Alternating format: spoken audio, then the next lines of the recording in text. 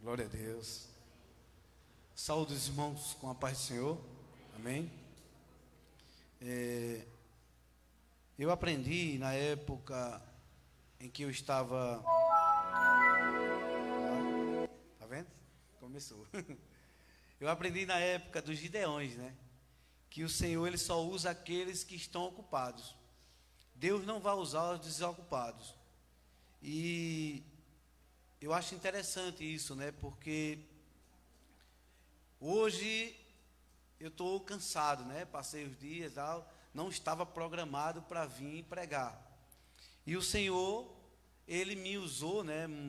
Mandou a mensagem já agora no final para eu vir trazer a mensagem. Então, é o que o Senhor quer. Então a gente tem que seguir segundo os planos do Senhor. Muitas vezes eu aprendi, né? Desde cedo eu aprendi com a irmã Edna, com o pastor Edivaldo, a nunca rejeitar a oportunidade. Nunca rejeitar. Porque eu sei, tenho certeza absoluta, não é uma dúvida qualquer, não. Tenho certeza de que é o Espírito Santo que conduz a igreja. Então, se o Espírito Santo, mesmo no meu cansaço, mesmo no sono, mesmo em tudo, Ele determinou que foi você que vai trazer uma mensagem, é porque o Senhor, Ele sabe que é você. E você vai mandar para uma pessoa específica. Pode ser para uma pessoa, pode ser para a igreja. Mas porque a igreja é dele. É o Espírito Santo quem conduz a igreja. Muitas vezes a gente acha que somos nós que conduzimos. Muitas vezes nós achamos que é o pastor que conduz a igreja.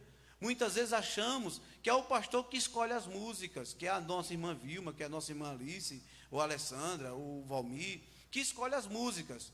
Mas pode ter certeza que é o Espírito Santo quem conduz a igreja. Quem escolhe a música, quem escolhe quem vai vir para os cultos, que escolhe qual é a roupa que você vai usar, é o Espírito Santo. Pode ter certeza, é absoluta. Porque ele sabe que você precisa. Às vezes você saiu de casa, aí disse, meu Deus, eu quero ouvir uma palavra, eu estou precisando. Aí o Espírito Santo vai lá e usa uma criança. Uma criança. Muitas vezes usa pessoas na rua, como já aconteceu. Pessoas que já ouviram uma mensagem de Deus, uma resposta de Deus, com uma voz de uma pessoa no meio da rua, que você não sabia nem se era crente ou não.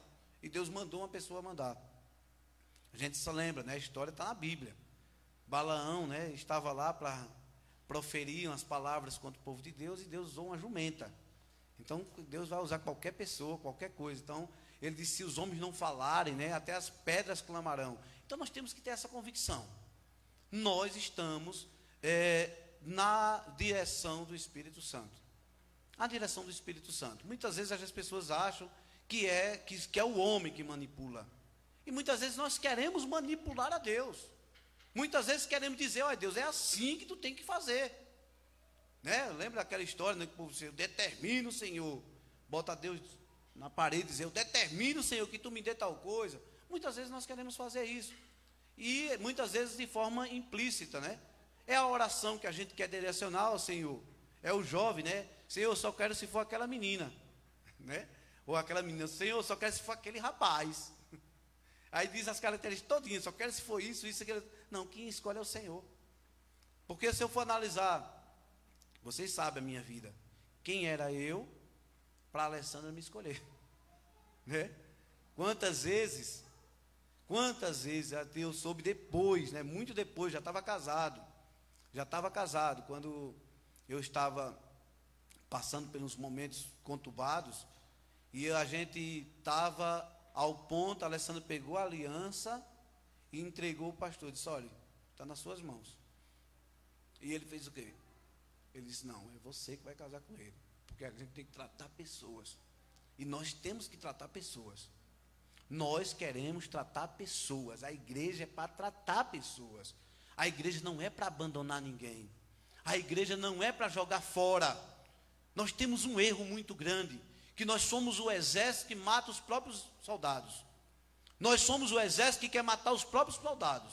Nós temos que levantar, nós temos que ajudar, nós temos que conduzir, para que as pessoas se levantem, e realmente hoje seja presbítero, pastores, diaconisa, o que a igreja determinar, missionária, missionário, o que Deus determinar. Por quê? Porque tem umas pessoas que vão precisar mais de glória do que... Para não dizer que as palavras são minhas, né? Para não dizer que eu sou o pai da criança, mas eu peguei a palavra dele, com certeza ele pegou de outra pessoa. E ele dizia bem assim, a diferença da unidade e da união. O Cícero, né, junto com o nosso irmão de Assis, estão vendendo laranja. E ele prepara aquelas fardas de laranja, e aquela laranja ali, no saco, ela é uma união. Se você cortar o saco, as laranjas vão tudo para um lado, para o outro, não é isso? Ali é a união. Aquele saco está amarrando segurando aquelas laranjas. E mais o que acontece? Mas se você pegar aquela laranja e fizer um suco, você pode separar as laranjas? Não, isso é unidade. Igreja é unidade. E nós temos que aprender isso. A unidade ajuda uns aos outros. A unidade, como o Senhor Jesus, olha, é melhor que vá dois, porque se um cair, o outro levanta. Mas muitas vezes a gente quer fazer o contrário. Se um cair, a gente quer pisar na cabeça. Se um está na lama lá, no lamaçal, o cara quer, peraí, ele está errado. E parece que a gente fica, né? Eu digo por mim, parece que a gente fica mais afoito quando a gente vê um erro de alguém, né? Eita, tal pessoa está no erro, e a gente começa a criar aquela expectativa. Isso é nocivo, isso não é natural, isso não é de Cristo. Isso não é atitude cristã. A gente tem que fazer o quê? Muitas vezes se entristecer com aquela maldade, com aquela pessoa que está em pecado, e teve uma fraqueza, caiu, e realmente dar as mãos, ajudar, tentar ajudar, porque a gente tem que ser essa unidade. A unidade é diferente da união. Aprendam isso. Eu aprendi, eu achei muito massa. E eu lembrei logo do Cícero, assim, vendendo as suas laranjas. Eu lembrei só, imagine se rasgar a bolsa de laranja do Cícero, ele vai ter que apanhar as laranjas tudinho, mas é porque significa a união. Mas se ele fizer um suco e derramar aquele suco, não tem como você separar mais aquela laranja. Vai ser tudo suco. É um suco só. É a unidade. Então eu gostaria, já nessa ideia, né, que a gente está trabalhando sobre a questão de tentar manipular a Deus, eu gostaria que os irmãos abrissem no livro de Atos dos Apóstolos, no capítulo 8 e o versículo 9 em diante.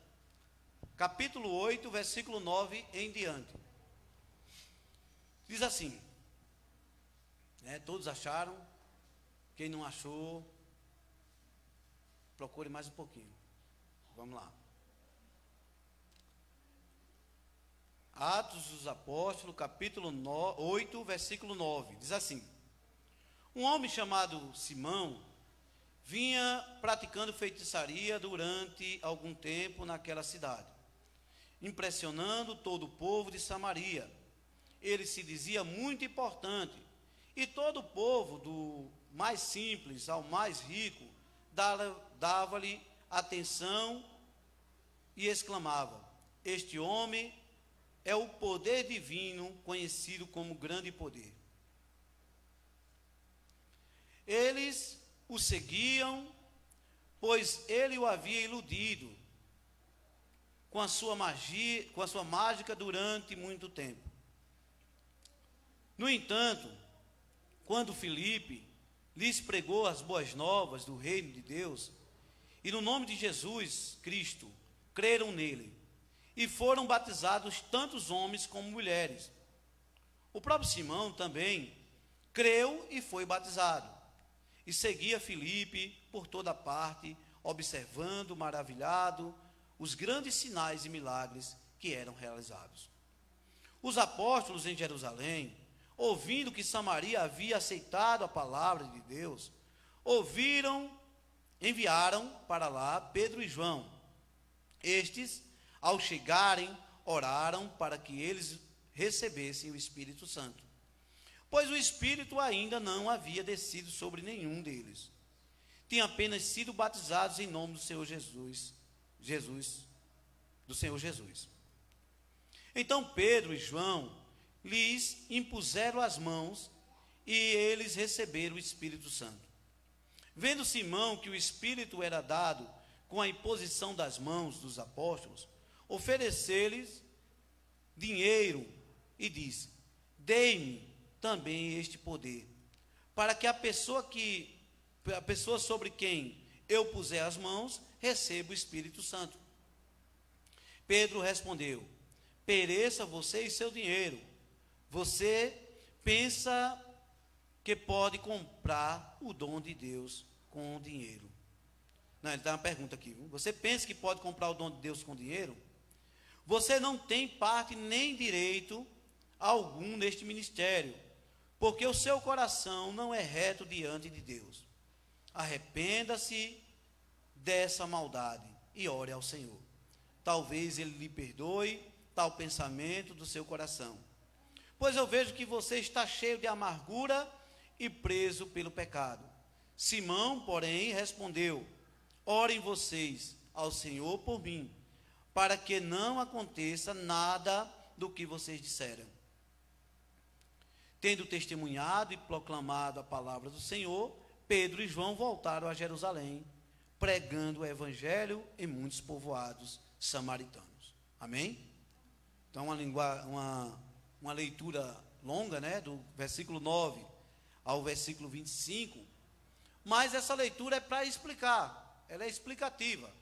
Você sabe de toda a história desse Simão. Simão, aqui como a gente leu, ele era um mágico, né? Ele fazia magia, iludia as pessoas. Mas ele era conhecido como grande poder. E ele, aqui é interessante que a palavra diz que ele se achava como tal. O povo também se achava, mas Deus não achava. Uma coisa é o que você pensa de você, e outra coisa é o que Deus sabe sobre você. Porque Deus sabe todas as suas coisas. Deus sabe o seu interior, Deus sabe o seu intelecto, Deus sabe o que você está pensando. E muitas vezes a gente tenta, né, nessa questão de manipular, a gente tenta driblar ao Senhor. Deus, a gente acha que Deus não está vendo o que a gente está pensando. Deus não acha a maldade que a gente está no coração quando a gente deseja mal a alguém. Deus sabe todas as coisas. Deus sabe. Até, como eu digo, a gente está parecendo crianças, né? Bebezinhos, achando que pode enganar a Deus, né? Mas Deus não se deixa iludir. Deus não se deixa enganar. A gente não consegue manipular a Deus, né? E Deus sabe todas essas coisas. E aqui o que acontece? Ele era esse mágico, ele fazia essas ilusões e ele era grande conhecido aqui na cidade de Samaria. E algo interessante é que ele ouve a palavra do Senhor, ouve o evangelho e se converte, batiza, né? E começa a andar com os discípulos. Aí quando vem João e Pedro de Jerusalém, aí João e Pedro vai ensinar aqueles irmãos lá de Samaria, que o Espírito Santo, né, o batismo com o Espírito Santo, aquilo que a gente tem, né, que nós somos pentecostais, nós acreditamos, né, no batismo com o Espírito Santo. E nós, né, pregamos e vivemos o batismo com o Espírito Santo. Então, eles começaram a impor as mãos sobre aquelas pessoas lá, e aquelas pessoas iam recebendo o Espírito Santo, né, o batismo com o Espírito Santo. E é interessante que ali começa a revelar algo do interior de Simão. Muitas vezes, nós revelamos o nosso interior em algumas atitudes. Muitas vezes nós falamos, nossas atitudes, né, Paulinha? Falam mais do que as nossas palavras, né? Por isso que é interessante, né? Nós vivermos uma vida regrada, vivermos uma vida dando exemplo, porque o nosso testemunho, o nosso andar, o nosso falar, os nossos gestos, falam muito mais do que as nossas palavras. Quantas vezes pessoas, né, foram pregar o evangelho e alguns dizem, não, crente como você, todo mundo é, né? Porque muitas vezes aquelas pessoas não dão o testemunho que realmente nós temos que ter. Mas é interessante aqui nessa questão de Simão. Simão começa a revelar algo que ele não tinha matado ainda no seu coração, que era a ganância, que era também muitas vezes o poder, né? Quantas vezes a gente acha, é interessante, as pessoas lutam pelo poder. Por que as pessoas lutam pelo poder? Porque geralmente as pessoas querem ter esse poder. O poder, ele é cobiçoso, né? As pessoas gostam do poder. Por isso que alguns, né, quando tem um título de pastor, né, na igreja, se acha que é o top. Não, porque eu sou o pastor tal, e começa a dar carteirada. Não, porque eu sou presbítero. Não, porque eu sou isso, eu sou aquilo outro na igreja. Não. Como é que a Bíblia fala, como é que Jesus diz? O maior é o menor. O maior é aquele que serve mais. Jesus Cristo, lá no capítulo 13 de João, ele pegou uma toalhinha, eu vou falando aqui, mas um pote, né? Eu vou falar um pote de água, e foi lavar os pés dos discípulos, né? Quem era o maior ali? Era Jesus. Mas estava fazendo o quê? Um trabalho de humildade. Então nós temos que botar isso na cabeça. O reino dos céus é diferente do reino do mundo. O mundo, as pessoas lutam pelo poder. As pessoas querem ter poder. Mas aqui não, aqui a gente tem que lutar pela unidade, para que todos cresçam. Porque se todos crescerem, o evangelho cresce, Jesus Cristo cresce. Porque a Bíblia diz que ele cresça e que nós venhamos a diminuir. Não é verdade? Como João disse, né? Que nós venhamos a diminuir.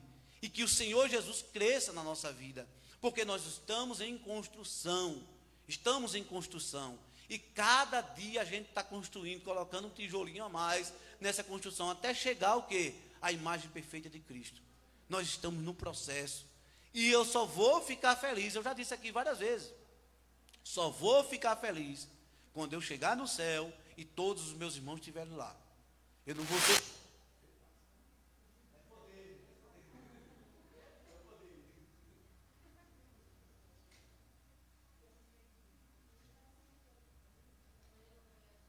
Mistério, né? O mistério. Aqui foi que acabou. Tá vendo? É mistério. Tem gente que cai nisso, né? Tem gente que cai nessas coisas, né? Quando alguém faz uma janeira, alguma coisa. Não, ele tem o poder. Não, é interessante a gente estar na Bíblia. O que está na Bíblia, eu não vi Jesus fazendo para poder curar alguém. Não vi, não. Jesus chegar lá e está curado. Pronto. Botava lodo, cuspia, né? Fazia lodo com cuspe e terra, jogava no olho da pessoa e curava. É dessa forma. Mas aí eu estou falando nessa questão. O que era que estava revelando aqui no coração de Simão? Estava revelando algo que ele não tinha matado ainda. Ele tinha aceitado o evangelho, ele tinha se convertido, ele tinha se batizado, mas ele não estava ainda convertido de verdade. Ele não tinha matado o interior dele. Ele não tinha matado o velho homem, mas o velho homem estava saindo ali rapidamente, porque ele queria ter o poder. Ele queria voltar a ter poder. Ele queria voltar ao poder de enganar as pessoas. E ele achava que aquilo ali era um poder mágico. Porque aquilo que ele fazia não era mágica, não era realmente algo sobrenatural. Era algo de ilusão, né? Ele iludia, fazia como os mágicos fazem, coisas bonitas. Eu disse, rapaz, como é que o cara faz um negócio desse? Tem tantas coisas, né? Ilusionista, né? Ele era basicamente isso. E ele tinha muito poder. E ele enganava as pessoas. E ali não estava ainda morto o velho homem. Mas quantas vezes a gente tem o mesmo sentimento? Quantas vezes a gente quer manipular o Senhor? Quantas vezes nós queremos manipular o sagrado? Muitas vezes na oração, como eu já disse aqui no início. Muitas vezes a gente acha que para o Espírito Santo vir, a gente tem que cantar aquele hino específico. Porque há 2 anos atrás, quando a gente cantou aquele hino, o Espírito Santo desceu e foi o fogo. Gente, isso não é verdade. O Espírito Santo vai descer naquele que deseja. O Espírito Santo se você deseja, você vai ser cumpridor da palavra. Se você é cumpridor da palavra, Deus vai dar todos aquilo que você deseja. Ele não vai dar algo que você não deseja, não. Ele não vai dar se você não quer o Espírito Santo, você não quer o dom do Espírito Santo, ele não vai dar. Então por isso que você precisa estudar, você precisa buscar, você precisa querer. Mas é isso que eu estou falando.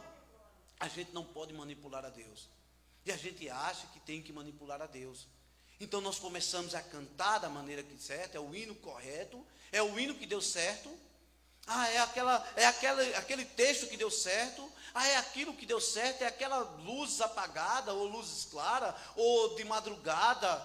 Eu lembro que uma vez eu fui para uma vigília. Eu fui para uma vigília numa igreja lá, coincidentemente lá no Tabocal. E eu passei ali, quando eu saí de lá, eu me surpreendi. O cara passou lá, deram a oportunidade a um irmão, o irmão passou 1 hora certinho, eu contei 1 hora, só falando em línguas. Não falava nada, só língua. E daqui a pouco, meu Deus do céu, o que é que acontece? E eu ali, E eu vendo, não teve nada. Passou 1 hora, terminou a 1 hora dele, ele entregou o pastor, pronto. Espera aí, isso era o quê? Ele estava falando em língua, mas não estava nada de crescimento. O próprio Paulo diz lá em Coríntios, 1 Coríntios 14, ele diz, eu prefiro falar 5 palavras no meu próprio idioma do que 10.000. Se eu estiver errado, meu irmão, pode corrigir, porque eu não estou falando certo não, assim, eu estou falando a referência, mas não estou falando se é 10.000, se é 20.000, se é 30.000, mas ele disse, do que 10.000 em línguas. Por quê? Se eu falar 5 na minha própria língua, o que é que vai acontecer? Vai edificar a igreja toda.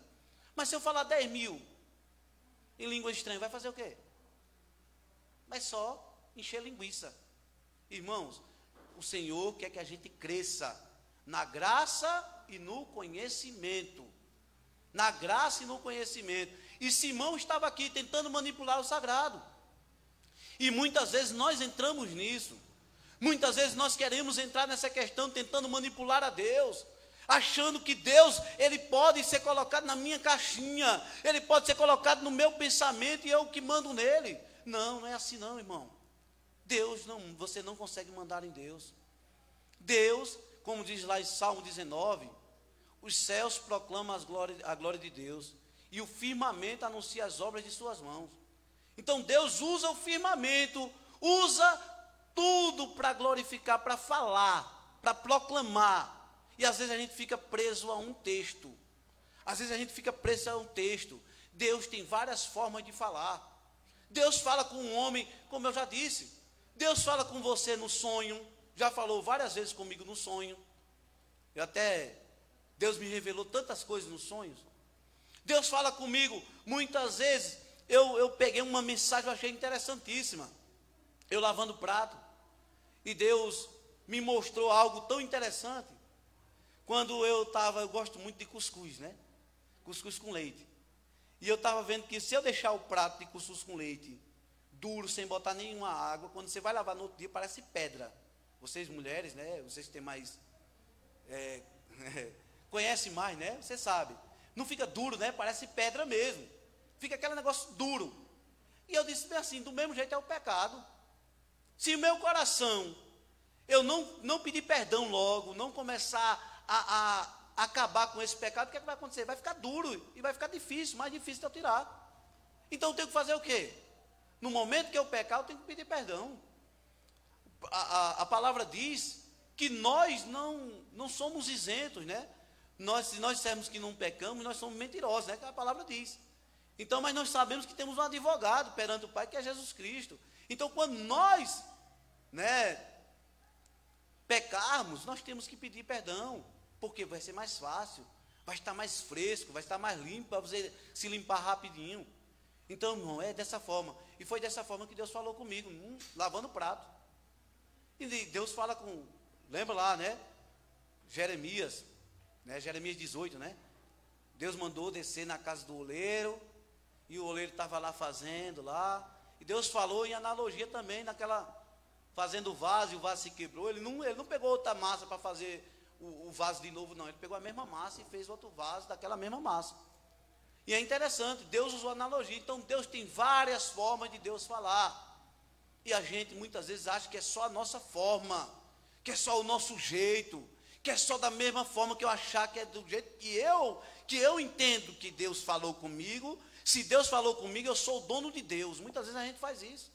Aquele povo, como o Cício leu agora no capítulo 9 de Mateus, aqueles religiosos achavam que era dono de Deus.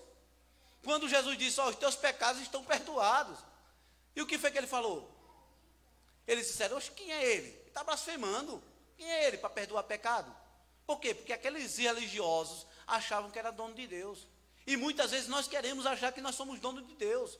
Porque Deus é Deus, eu vou ser sincero com vocês. Deus, Ele não é evangélico. Ele não aceitou Jesus, Ele é o próprio Jesus. Ele é o próprio Jesus. Deus, Ele é maior do que a gente imagina. E às vezes a gente quer colocar Deus na caixinha e achar que Deus é do jeito que eu interpreto. Do jeito que eu interpreto. Aí eu te pergunto, se Deus quiser sarar ou quiser salvar uma pessoa, uma igreja lá que faz tatuagem, Deus salva ou não salva? Salva, porque a fé é em Cristo, não é na tatuagem. A gente não tem essa cultura de usar tatuagem, né? A gente não tem. A gente, como eu falo muitas vezes, nós somos aquele odre velho, né? Com um vinho novo. Se botar o vinho novo vai estourar, tem que botar vinho velho, né? Mas muitas vezes nós somos assim, a nossa igreja é muito assim. Mas tem igreja que tem outra interpretação, como diz Paulo, né? Come carne e não se escandaliza. E nós também temos que ter essa cultura, não de tentar mudar, né? Mas aceitar que Deus pode salvar, a salvação é dele. A salvação é dele, quem morreu foi ele, não fui eu não, na cruz. Quem morreu foi Jesus. Se ele quiser salvar tal pessoa que está usando tal coisa, que salve. E eu vou ficar brigando, eu vou ficar batendo, eu vou ficar brigando, não. Eu tenho convicção, se eu como carne, se eu não como carne, e eu sei que eu estou salvo, para que eu vou brigar com quem come? Muitas vezes a gente quer fazer isso. Então que a gente saiba, né?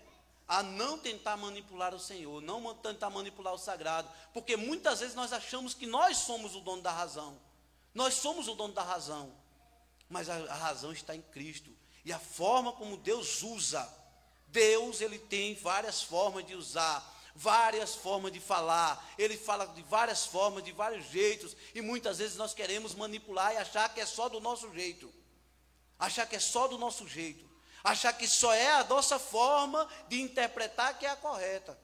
Mas Deus sabe de todas as coisas. O Espírito Santo, ele é quem conduz a igreja. E tem várias igrejas. Eu conheço várias igrejas, várias pessoas, várias pregações de pessoas que têm totalmente hábitos totalmente diferentes da gente. E eu vou dizer que eles não são salvos?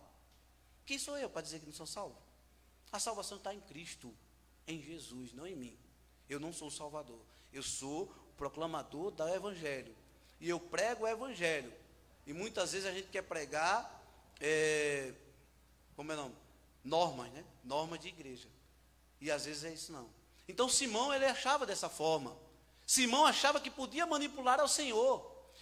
Ele achava que podia manipular o sagrado. Eu vou pagar aqui esses irmãos e eles vão fazer isso comigo. Eles vão me dar esse poder e eu vou passar de igreja em igreja, agora sendo aquele, né, aquele super-homem, né, aquele cara que vai, com Haiduque, não tem os carinhos que fazem isso, né, nas igrejas, Haiduque, agora eu vou fazer isso, vou fazer aquilo outro, agora eu vou ser o dono do poder, eu vou mandar no poder. Aí João e Pedro chegaram e falaram assim: não, meu filho, você está totalmente errado, você está totalmente, a sua raiz, o seu interior está totalmente errado. E basicamente é isso. Quantas vezes pessoas que se convertem, muitas vezes se batizam, mas ainda estão com o pensamento errado. Por quê? Porque não receberam o Evangelho verdadeiro. Muitas vezes não estudaram o Evangelho. E não entrou o Evangelho para mudar, para regenerar, para transformar. Né? Como diz em 2 Coríntios capítulo 5, versículo 17. Né? Todas, como você... Já esqueci. Mas uma nova criatura né? Tudo se fez novo, né? Basicamente isso. Aquele que está em Cristo, nova criatura é. As coisas velhas se passaram e eis que tudo se fez novo. É esse novo que a gente tem que ser. É esse novo que o Simão precisava ser. E que nós precisamos buscar todos os dias. É buscar o renovo no Senhor. É saber que a nossa fé está fundada em Cristo. Saber que a nossa fé não está fundada, não está firmada em nada mais. Não, a minha fé não está firmada nos irmãos. A minha fé, se não tiver um irmão aqui, eu estarei aqui. A minha fé não está fundada na igreja. Se não tiver a igreja, eu vou glorificar a Deus em casa. A minha fé não está fundada em nada que tiver aqui na terra. A minha fé está fundada em Cristo. Fundada em Cristo, firmada em Cristo. Fincada no Senhor, né? Edificada no Senhor. A minha fé tem que ser nessa, em Cristo. Em Cristo, porque foi Ele que morreu, foi Ele que é o autor e consumador da nossa fé. Que nós possamos aprender todos os dias, quando nós olharmos o Evangelho, quando nós olharmos a nós mesmos, né? Porque muitas vezes a gente olha o Evangelho e começa a apontar os outros, né? Às vezes eu acho interessante uma palavra de um pastor que queria repreender o irmão.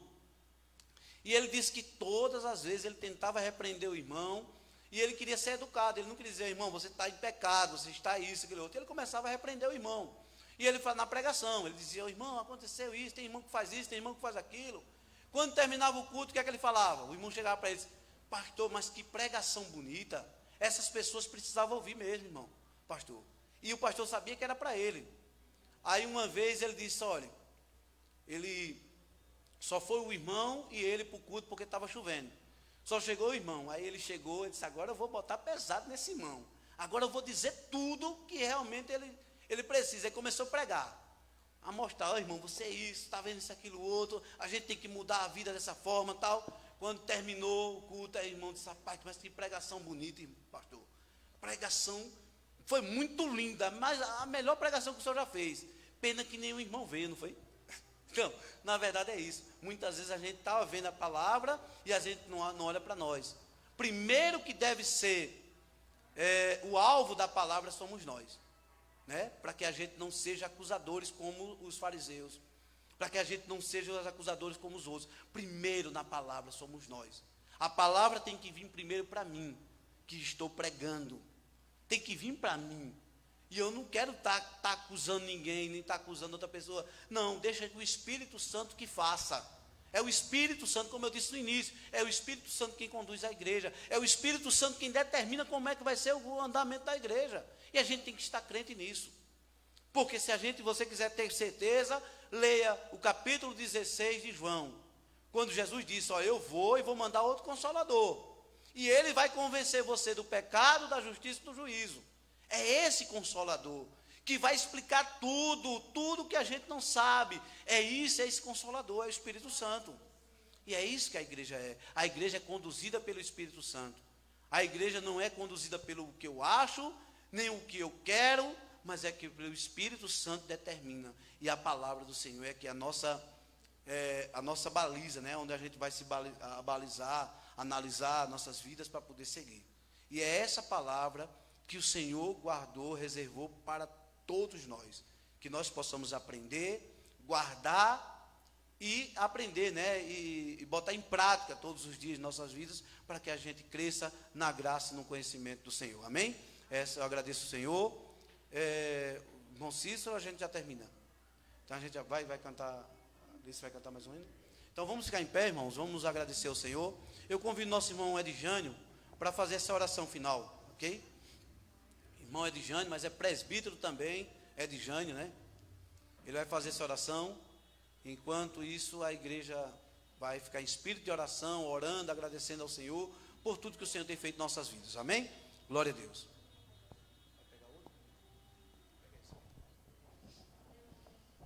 Graças e paz, irmãos.